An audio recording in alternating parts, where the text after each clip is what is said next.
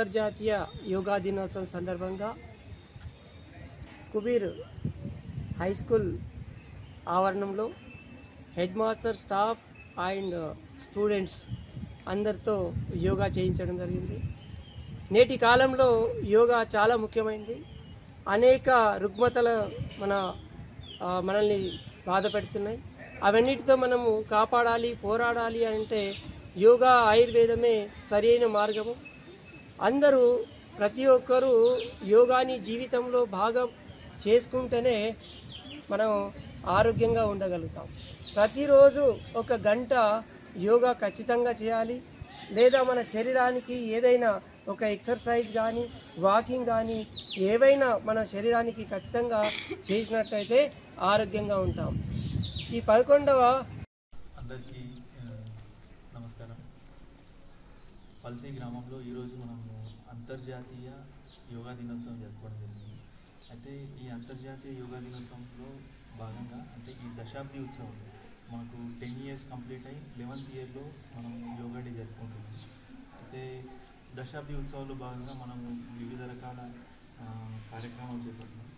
దాని తర్వాత ఇవాళ మాస్ యోగా అంటే ఒకేసారి అందరూ పాల్గొని ఒక 140 నుంచి 150 మంది మనము ఇక్కడ కాశీ విశ్వనాథ్ టెంపుల్ కళ్యాణ మండపంలో మాస్ యోగా చేసుకోవడం జరిగింది.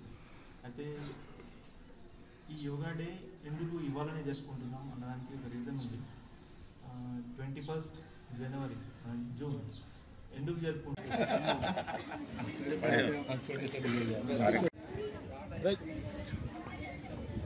ఈరోజు అంతర్జాతీయ యోగా దినోత్సవం సందర్భంగా మా కుబీర్ ఉన్నత పాఠశాలలో ఈరోజు యోగా కార్యక్రమము చాలా ఘనంగా జరిగింది.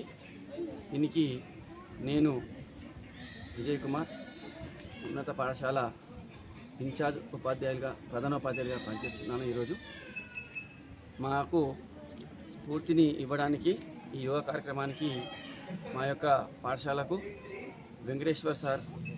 అంబేద్కర్ వెంకటేశ్వర్ సార్ గారు యోగా మాస్టర్గా రావడం జరిగింది. వారికి ప్రత్యేక ధన్యవాదములు.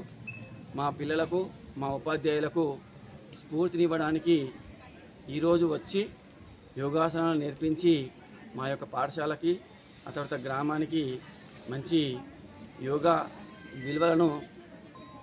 యోగాసనాల యొక్క విలువలను తెలియజేయడం జరిగింది. ప్రత్యేక ధన్యవాదాలు మా యొక్క స్టాఫ్ తరపు నుండి. అదేవిధంగా